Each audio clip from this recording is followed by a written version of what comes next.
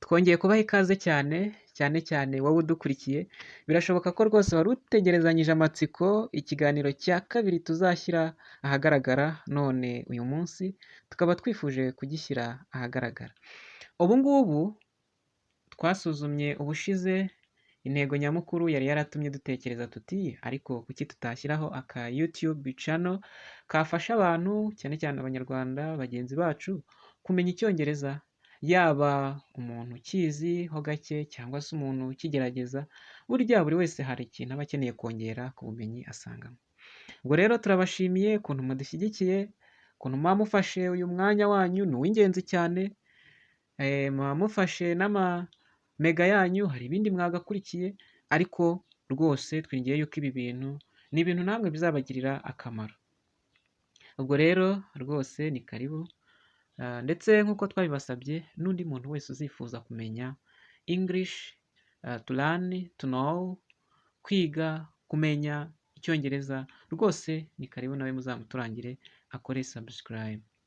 Nk'uko turi kubibona rero turimo kureba imbere yacu kuri dashboard cyangwa se kuri screen cyangwa se hano muri telefone zacu imbere aho tubasha kurebesha amaso, turimo turabonayo profile yacu nk'uko muyizi iravuga ngo English and all possible domain. Iyo foto iri hejuru y'izindi zose, hasi harimo iyo profile yacu, English and all possible domain ni kwivuga. Ubwo rero komeza kwiga umenye, ukomeze ulaninge English online, kandi rwose icyongereza uzakimenya bidatinze. Nk'uko turi kubibona ku ifoto ya kabiri ku ruhande rw'iburyo ukurikije agace muherereyemo, turi kubonaho ikintu cyitwa pens cyangwa se amakaramu agera kuri 5. Ubwo rero aya makaramu akaba asubira ku kintu twigeze kuvuga ubushize cy'uko mu gihe twiga wajya ugeraho ugafata agakaramu ukagira ibintu wandika bike. Hari igihe tuzajya tugeraho tuvuge gake, tugende gake, ku buryo n'umuntu ushobora kuba kwandika wenda byihuse byamugora kugira ngo tugendane. Nta mpamvu yo kugira ngo bamwe tugende abandi basigare, oya. Hanyuma hano ku ifoto ya kabiri ku ruhande rw'ibumoso, nanone ukurikije icyerekezo buri wese arimo, turi kuhabona akaziga karimo ijambo rivuga ngo learn English online cyangwa se iga icyongereza ku ikoranabuhanga, mu buryo bw'ikoranabuhanga.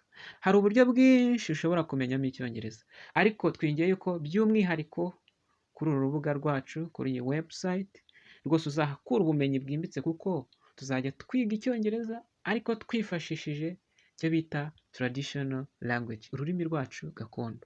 Erega nta cyarusimbura, tuzajya twiga icyongereza ariko turuhuze n'ururimi rwacu kugira ngo tuzabashe kucyumva neza. Hanyuma dusubiye ku ruhande rw'iburyo, turimo turabonaho ingingo zigera kuri 5 zirimo zigizwe n'utudomo 5. Ibi tukaba twarigeze kubivugaho mu kiganiro cyabanje, ntabwo tukivugaho byinshi. Ni za ngingo zivuga ko burya ururimi ari ikinyabiziga cy'ibitekerezo byacu.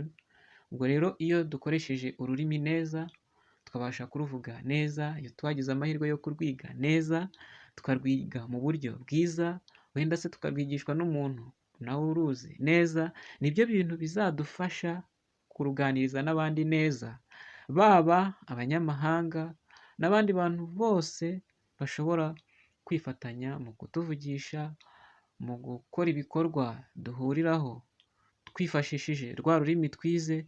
Rwose twiringiye yuko ibyo bintu bizabafasha.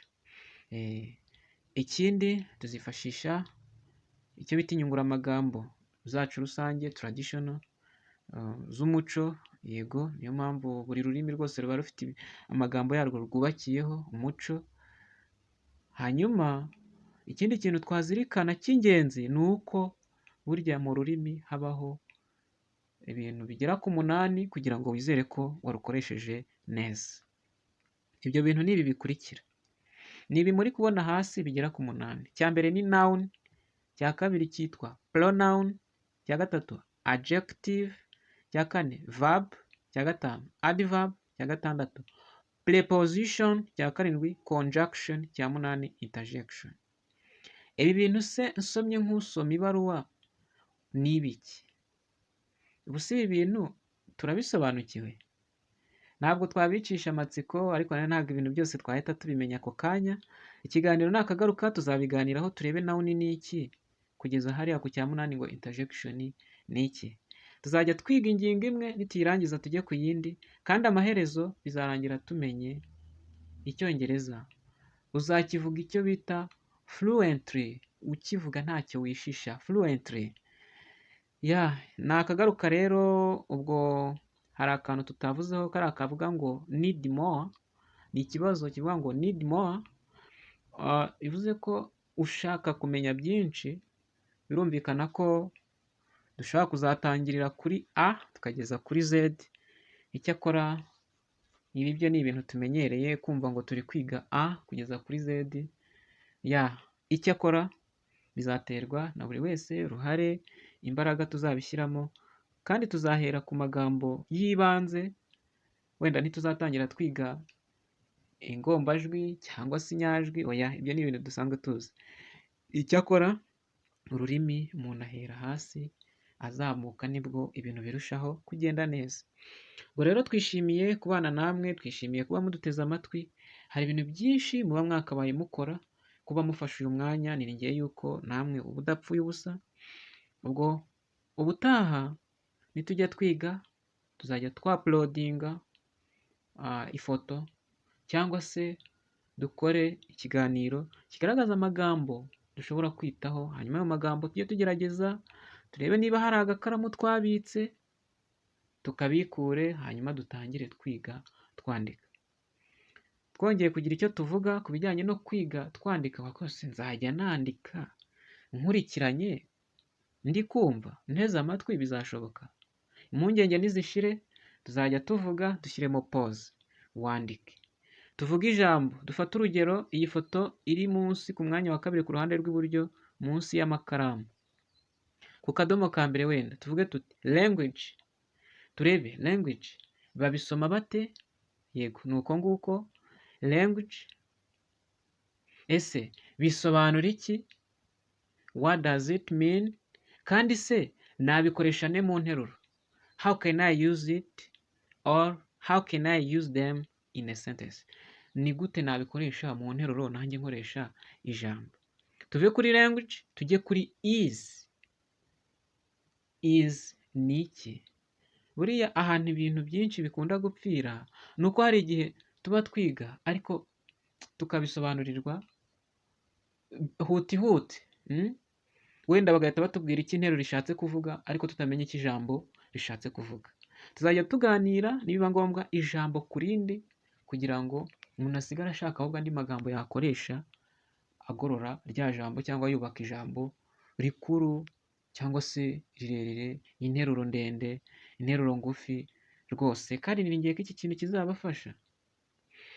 Ikiganiro cyacu ni akagaruka. Twongere tubibutse ko nanone turi kwibanda mu Kinyarwanda. Sinzi ko buri wese Icyongereza ari muri modu neza, ariko uko iminsi igenda ihita yicuma tuzajya tugenda tugabanya uburyo tuzageraho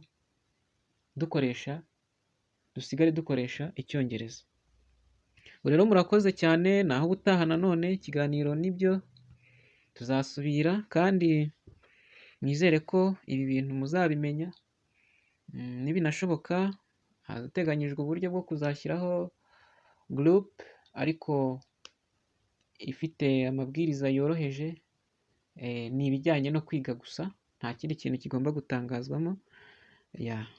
Murakoze cyane rero, aho muri hose Imana ibarinde, kandi mukomeze muhahe muronke, mugubwe neza, ibyo mushaka byose, ibyo musaba byose bimenywe n'Imana. Sawa, bye bye, welcome very soon.